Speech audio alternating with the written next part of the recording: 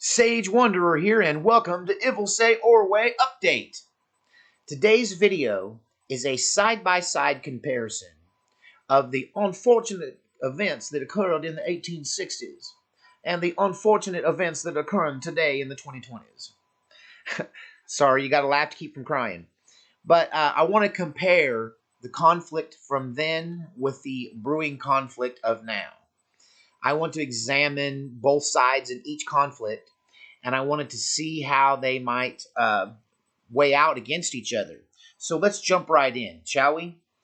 The big question when examining the 1860s conflict is, why did the South lose? What did they do wrong? Wherein was their mistake made?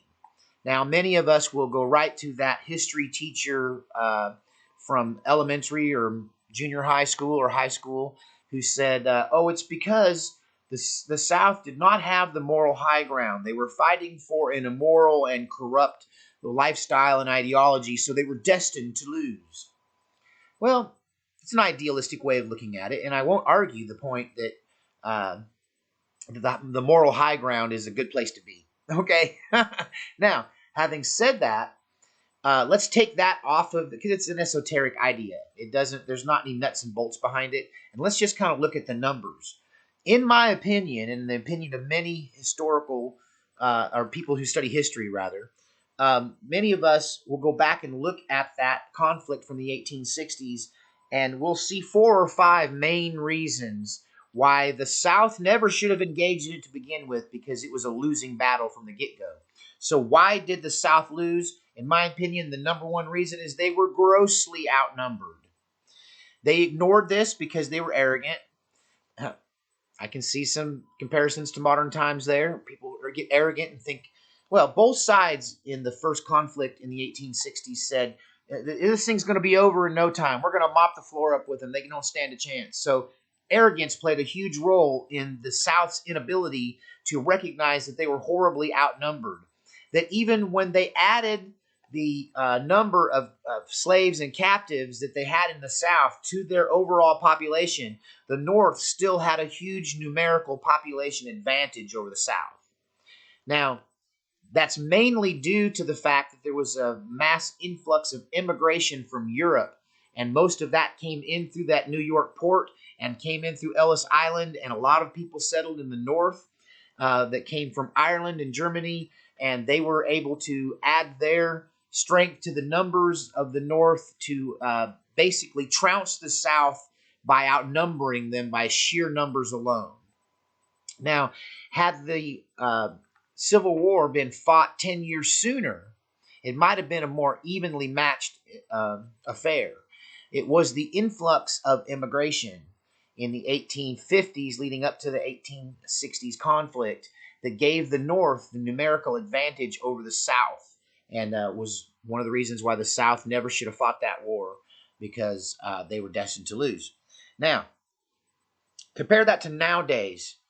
Nowadays, the two sides are not the North and the South, but they're what I call the city folk and the country folk. People are calling them the right wing and the left wing. And that's because most of the left-wingers live in the cities, and most of the right-wingers do not. And so now that is a bit of an advantage for the right-wingers in today's world, and you'll see why. That could be a huge game changer, okay? Because the cities have become dependent on outside sources, and they no longer are a manufacturing hub like the northern cities of the 1860s were. 1860s northern cities were manufacturing hubs. And you'll see as we talk further on about equipment and food and so forth, why the South was destined to lose. But today, there's more of an even split. Even though we've got them, we've got the city dwellers all together in the city, and the rest of the right wingers all spread out across most of the suburbs to the far reaches of the western plains and the highest mountains and whatnot, in the backwoods where I'm from, down by the swamp. Know what I mean? So, at any rate, it's more of an even split, though. There is still the a big question of what immigration will have an effect on this coming conflict. Will this coming conflict give the leftists an advantage because of the influx of immigration? And this may explain why leftists want an open border and why they want more immigration, because they want more fighters on their side if civil war breaks out. Now, the big problem with that is that a lot of the individuals coming up from the South are, in fact, fleeing war-torn, civil war-torn, and communist takeovers in Central and South American countries, places like Venezuela. A friend of mine's family came here from Guatemala. I had a Guatemalan friend in Oregon, and his family was very conservative because they're anti-communist. And so the anti-communists who fled Central America and their families and their offspring are probably not going to side with the left-wingers and the socialist communist takeover. So it's hard to say whether or not the immigration issue is working totally in favor of just the left. And it also explains why such a bitter battle was fought over the wall during the Trump administration. But right now, we're more evenly numbered than the fighters were in the 1860s. And I have to say that probably means we're going to be in for a much longer conflict. That the conflict of the 1860s was only a 4 or 5 year affair, 7 or 8 if you want to count the lead up to it. Bleeding Kansas and all of that, John Brown. But at any rate, still, these more evenly displaced numerical numbers of population between, it's why we're split right down the middle on all these elections. There's just a hair's margin, It's why we're fighting right now over elections, because when it's that tight, it's easy to sway the elections one way or the other with a little bit of effort when it's so tight like that. And we're polarized very much like they were in the 1860s. So, it's going to be a much longer conflict than the 1860s conflict, I'm afraid. Well, more of that will come to light as we move on. So the number 2 reason why the South lost the original conflict is because they didn't have any Navy ships. The South really did not have much of a Navy at all, even though they possessed deep water ports in New Orleans, deep water ports along the Gulf Coast and the southern United States.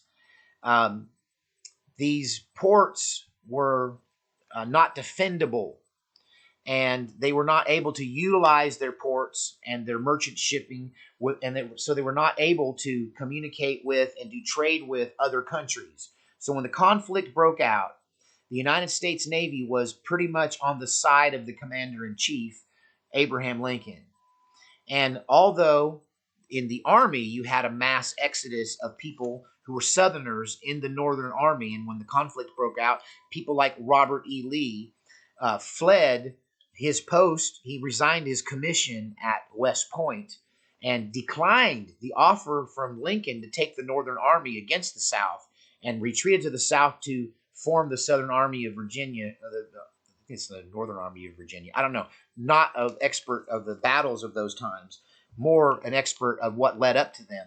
So the problem in 1860s was that the Union was able to engage in an embargo, a trade embargo against the South, barring anyone from doing any business with the South. And they were able to use their naval power to control the southern ports and prevent them from having any influx of help from an outside area, while they themselves were able to utilize trade and help from Europe. And that may go back to they had the moral high ground as well on that. So we'll just have to see how this all shakes out. So right now, we're up against a similar situation in as much as that most of the ports are controlled by these city-states. All of our deep water ports, from the Northeast all the way down even into Florida, the port cities along the Gulf Coast, many of them are leftist controlled. Houston, even though it's in Texas, is under leftist control. And we have the Houston ship channels, which is a major modern way of bringing in goods from all over the world.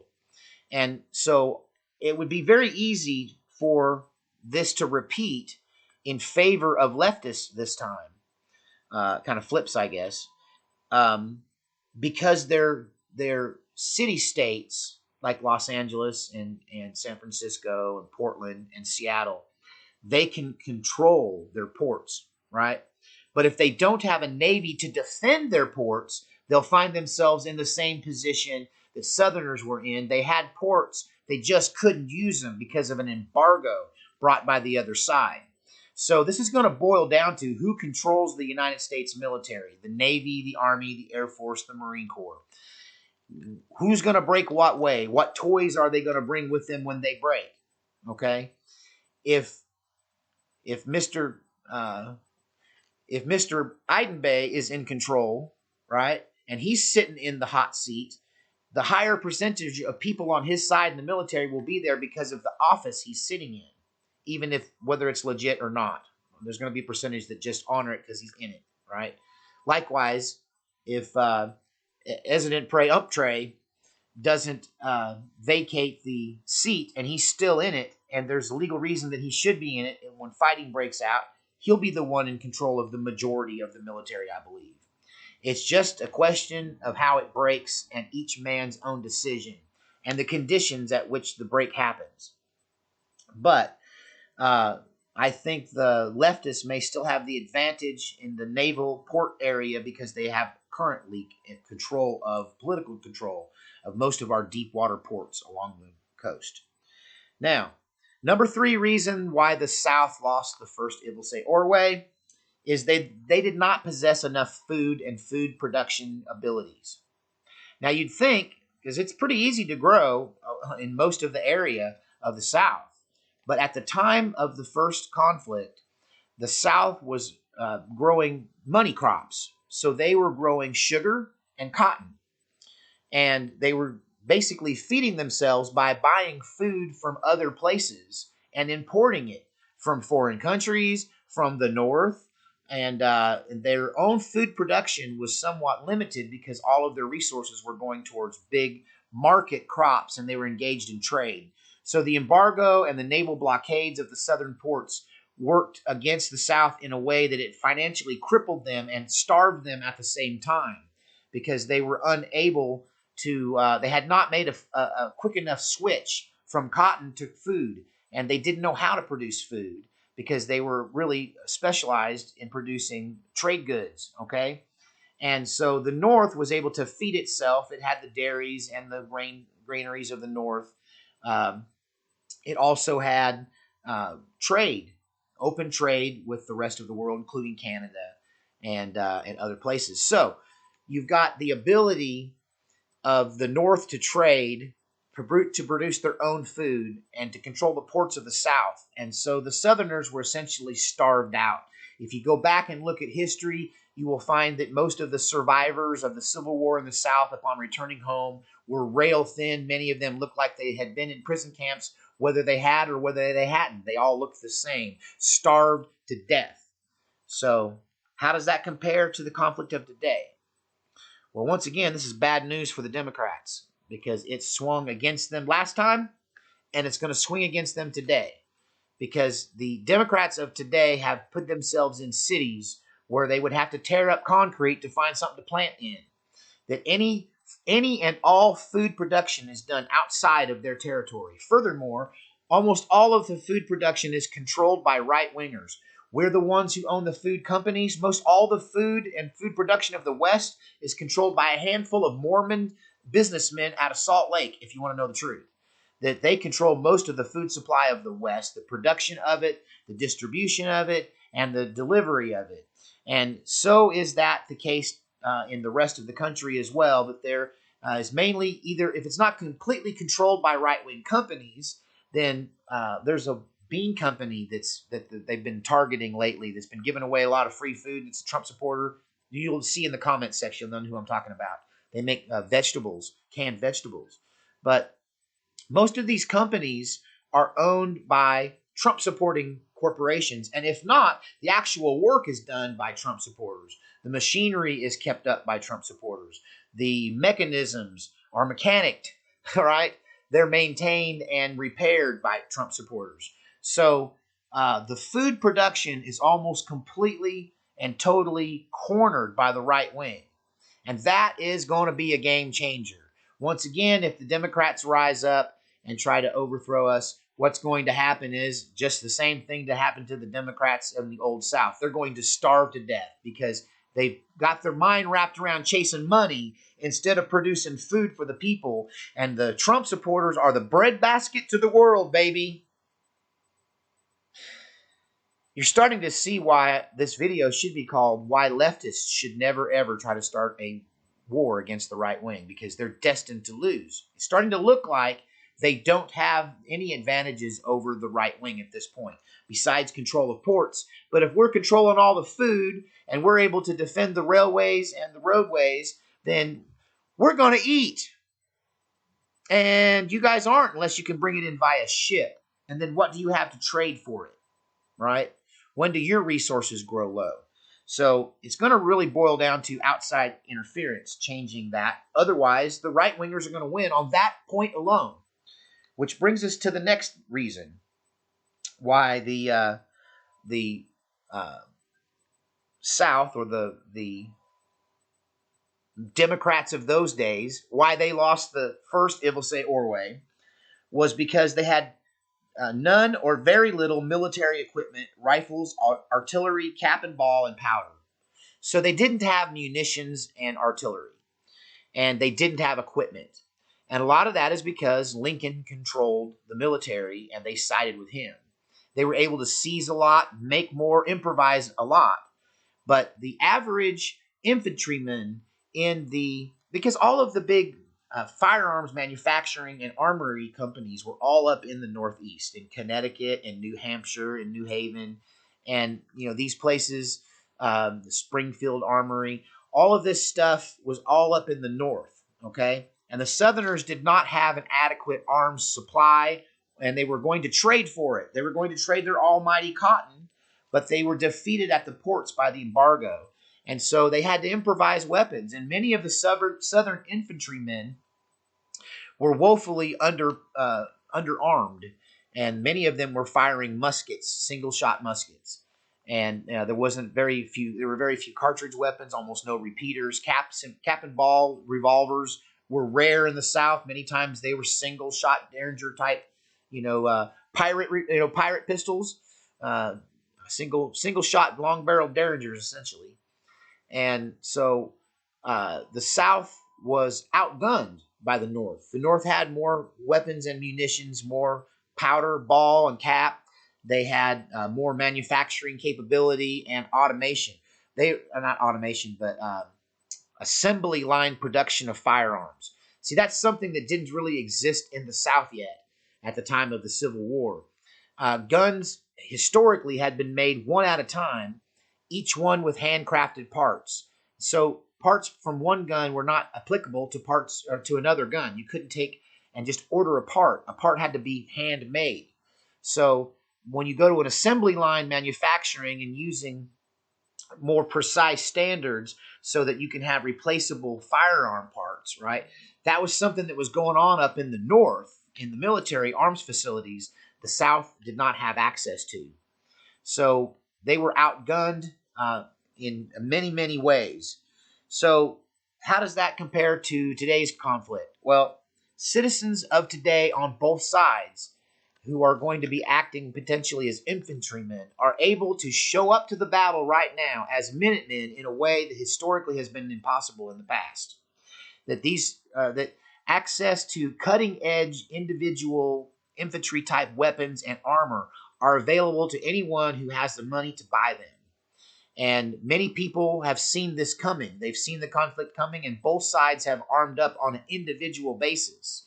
I promise you, I'm better equipped than my 1860s counterpart, and not just because of technology. I'm better equipped because I have a more avid, militia-minded mindset, because I've been raised in an age of conflict, and I've seen it coming.